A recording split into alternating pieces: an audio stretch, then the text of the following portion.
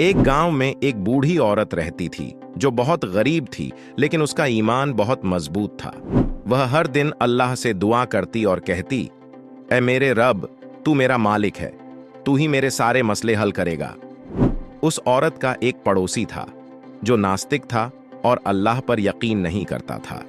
वह अक्सर उस औरत का मजाक उड़ाता और कहता, तुम्हारी दुआएं कभी कबूल नहीं होती। अगर तुम्हारा अल्लाह होता तो वह तुम्हें गरीबी से क्यों नहीं निकालता। एक दिन उस बूढ़ी औरत के घर में खाने को कुछ नहीं था। उसने अल्लाह से रोते हुए दुआ की, ऐ मेरे रब, मुझे भूखा मत रहने देना, तू ही मेरा सहारा है। उसका पड़ोसी उसकी बात सुन रहा था।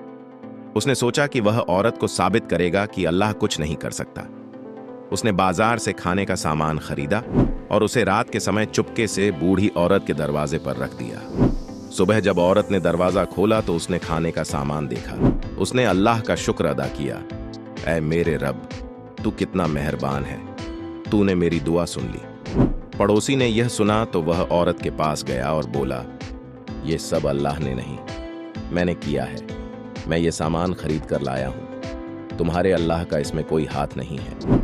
औरत मुस्कुराई और बोली, ऐ बेटे, ये सच है कि ये सामान तुम लाए हो, लेकिन मेरे रब ने तुम्हें अपना जरिया बनाया।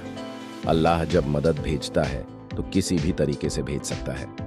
पड़ोसी यह सुनकर हैरान रह गया। उसने पहली बार महसूस किया कि अल्लाह का वजूद हर चीज में है।